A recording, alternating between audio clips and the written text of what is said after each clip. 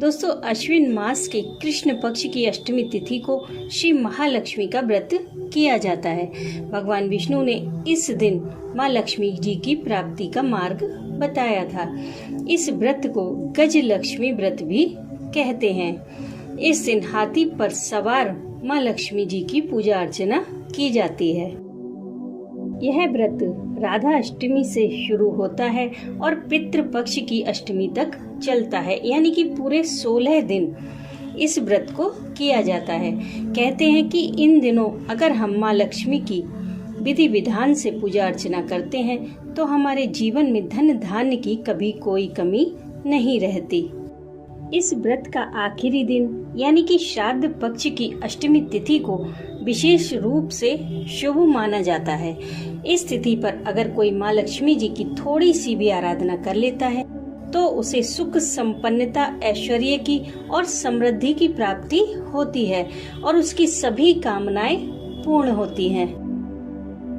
तो दोस्तों, आज मैं आपको ऐसा ही एक उपाय बताऊंगी जो आप पितृ पक्ष की अष्टमी तिथि पर करके माँ लक्ष्मी जी से सुख, सौभाग्य, ऐश्वर्य और समृद्धि का वरदान प्राप्त कर सकते हैं। तो दोस्तों, आइए जानते हैं इस उपाय के बारे में।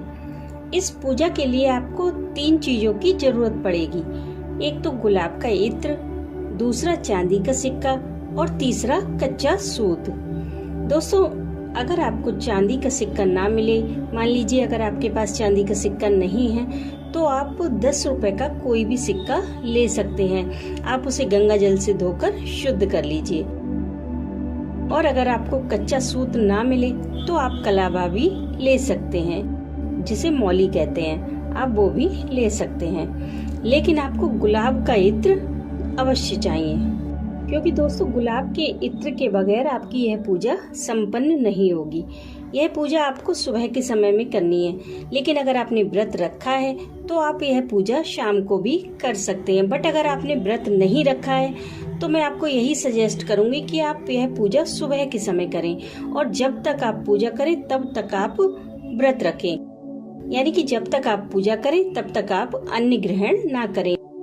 पूजा के बाद आप अपना व्रत खोल सकते हैं। सबसे पहले आप सुबह सवेरे ब्रह्म मुहूर्त में उठें, नहाने के पानी में गंगा जल मिलाकर स्नान करें। उसके बाद मंदिर में आकर एक चौकी पर लाल कपड़ा बिछा लें और उस चौकी पर माँ लक्ष्मी जी को विष्णु भगवान के साथ स्थापित करें। साथ में गणेश जी को भी स्थापित करें। सबसे पहले आप एक दीपक को प्रज्वलित कर लें। देसी घी के दीपक को आप प्रज्वलित कर लें। फिर सर्वप्रथम भगवान गणेश का पूजन करें। फिर विष्णु भगवान के साथ माँ लक्ष्मी जी का पूजन करें। अगर आपके पास पुष्प हैं तो पुष्प जरूर समर्पित करें। भगवान का कुमकुम चंदन आदि से पूजन करें, पुष्प समर्पित करें। उसके बाद आप माँ लक्ष्मी जी के चरणों में जो आपके पास गुलाब का इत्र है, उस इत्र को आप अपनी फिंगर से लगाएं, रिंग फिंगर से, जिसमें अंगूठी पहनी जाती है। आप उस फिंगर से माँ लक्ष्मी जी के चरणों में इत्र को लगाएं। उसके बाद आप चांदी का सिक्का माँ लक्ष्मी जी को समर्पित करें। इत्र लगाने के बाद आप माँ लक्ष्मी जी के बीज मंत्र श्रीम का 16 माला जाप करें। जी हाँ दोस्तों, श्रीम मंत्र का आपको 16 माला जाप करना है। इसमें आपको ज्यादा समय नहीं लगेगा।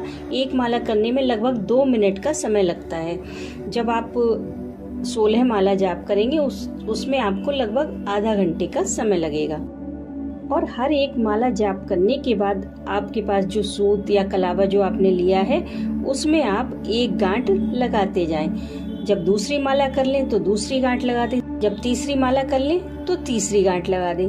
इस तरह जब आप 16 माला जाप कर लेंगे तो उस सूत में 16 गांठें लग जाएंगी।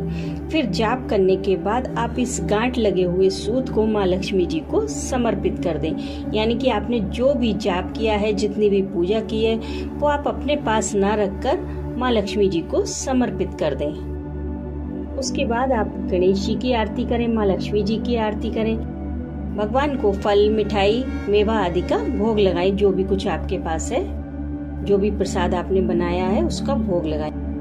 पूजा के बाद आप सब कुछ वैसा ही रहने दें। किसी भी चीज को ज्यादा हाथ ना लगाएं, केवल आप प्रसाद उठा लें और वो अपने परिवार में वितरित कर दें, सभी लोग ग्रहण कर लें प्रसाद को। दूसरे दिन आप वो इत्र, चांदी का सिक्का और कच्चा सूत उठा लें। अब ये तीनों चीजें अभिमंत्रित हो चुकी हैं। सिक्का और कच्चा सूत आप अपनी तिजोरी में, जहाँ पर भी आप धन या जेवर रखते हैं वहाँ पर रख लें, और इस इत्र को आप अपने पास रख लें। उसे आप और आपका पूरे परिवार प्रसाद स्वरूप इस्तेमाल कर सकते हैं, आप उसे लगा सकते हैं। लेकिन एक बात का ध्यान रखें कि घर के बाहर के किसी भी सदस्य को ये इत्र ना लगाएं।